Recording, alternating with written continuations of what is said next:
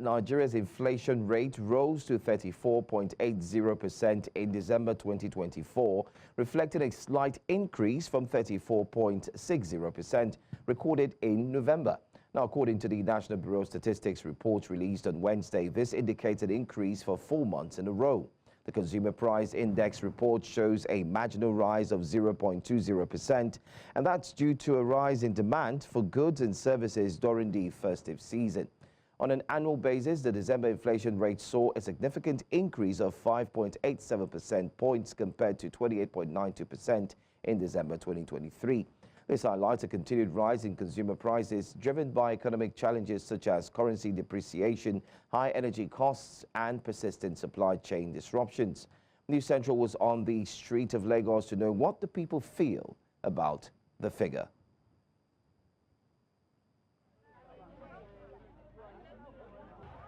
Discuss this, I'm being joined by Muktar Mohammed, CEO, Finance with Muktar. Good morning, Mr. Mohammed. It seems like every single month we're starting to see a rise in Nigeria's inflation rate. And does it get you wondering when the rise would actually turn to a point of depreciation, possibly going down rather than going up? What's your take on it? Get me wondering why when we see, because I can see that the policies of the government is not geared towards addressing inflation as it stands now. If you look at all their policies, it's not going to address the inflationary pressure, because what we are seeing, that's what we keep saying, is textbooks economy. Nigerian inflation approach drives beyond textbook economy. It's what we call local economy. So you need to go into the locals to begin to know how to address this challenge. They're just treating the symptom rather than treating the real disease. And I keep saying that as long as we are playing, we're just doing makeup for the inflation, we continue to have this challenge, because Nigerian inflation as it stands now is largely driven by FX, exchange rate volatility, which is FX. So as long as that is not stable, as long as that doesn't come down, we keep playing lip service to inflation, because again, 70 to 80% of what we consume we import. Even when we don't import the machineries that are used to make it into finished good, we have to import it also. So as long as that FX challenge is there, we'll continue to have that problem. Ordinarily, you should have seen a downward trend because of the reduction in price of PMS, but that will not happen because there are other variables that are also key drivers of inflation, which have not been addressed. We'll talk about power cost is still very high. Like I said, then exchange rate is still high. And also, we still have multiple taxation for businesses, not just multiple, well, we're not talking about multiple, we're talking about levies. And so all this, and the insecurity is still there, because if you look at what is driving inflation is food.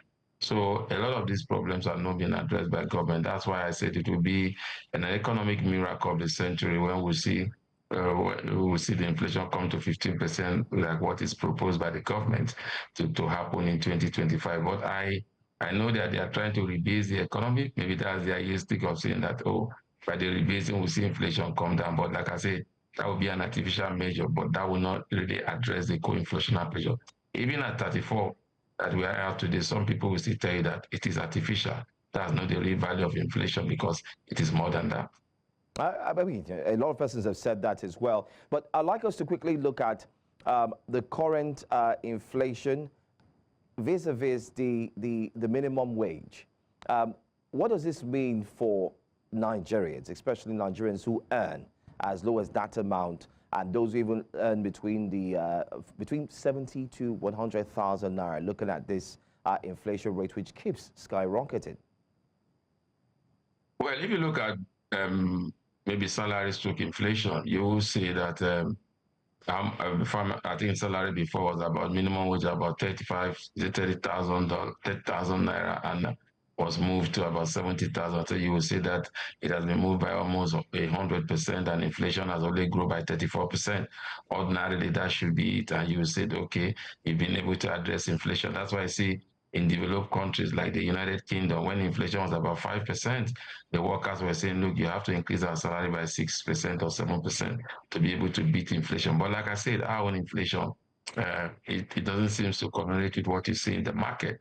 So what it means to your question is that the cost of living has gone up for the average Nigerian, his 70,000 naira cannot even take him any further, because again, exchange rate comes to play. At the time that you are looking at a minimum wage of 30,000, exchange rate was about 360. Yeah, I'm looking at the minimum wage at 70,000. Exchange rate is about 1,500. So you can't say you've seen an improvement. In terms of the numbers, there seems to be an improvement.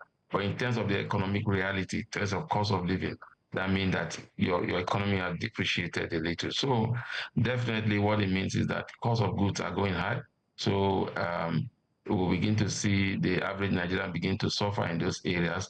They won't be able to meet basic things. Because when you look at the inflationary pressure that comes in now, the government is saying it's largely driven by the festivity period of alcohols and food. Then there was electricity, and there was also cost of transportation. So, but again, like I said, we are just saying that, but the real cause of inflation pressure still remain the exchange rate.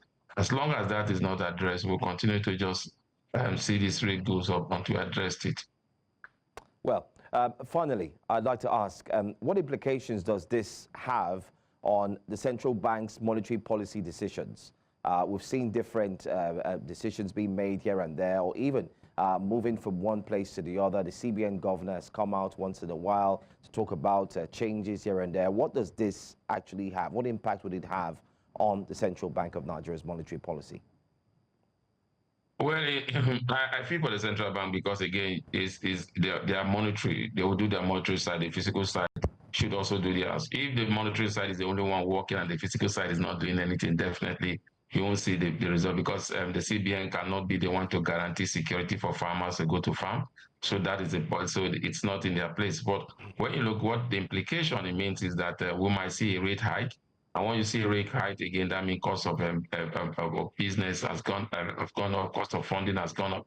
But like I keep saying, rate hike is not the challenge to the Nigeria to address Nigeria inflationary pressure.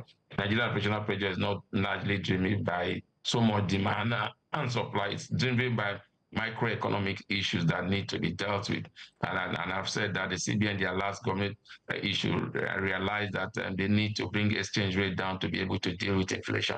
And we thought it will go down because, again, from the data, we're made to understand that the petroleum marketers were the one demanding FX up to 40%. And so when that comes down, we definitely see exchange rate stabilize. We see cost of importation of goods comes down, and then we see inflation come down. But that is not happening.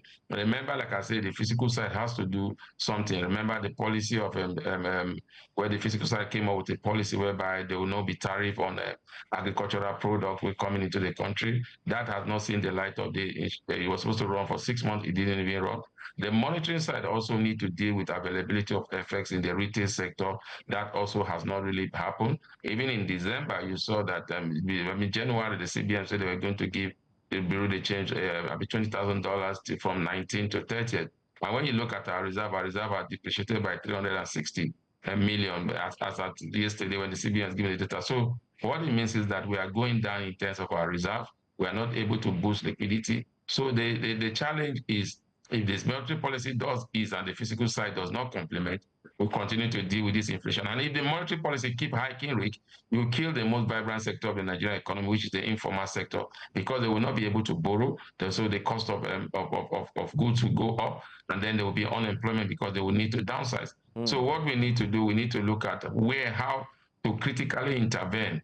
Either in terms of intervention, I'm not talking about intervention by throwing in money to the system. Intervention in terms of policy. Number one, we need to go back to that policy to make sure that a tariff are released for household, especially food item. Then secondly, the CBN also must begin to look at how do we boost the informal sector in terms of getting liquidity to the retail sector of the FX market to drive down exchange rate, and that will bring down inflation. They know, because in the last monetary committee meeting, the CBN said they have understood what the challenge is. The challenge is in the FX side, and they were excited that the reserve was about 40 billion, but that has not been able to bring stability to that market. So a lot of work cut out for the CBN. Hopefully, We are just in a new month. We'll begin to see some changes before the monetary policy meets. But if I'm sitting at what I'm seeing now, and what they've been doing all over again, I would say you see another rate hike, and the excuse will be there's too much liquidity in the economy.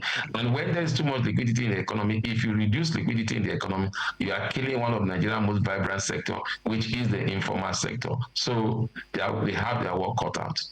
Thank you so much, Mr. Muktar, for speaking with us. Thank you for your analysis as always.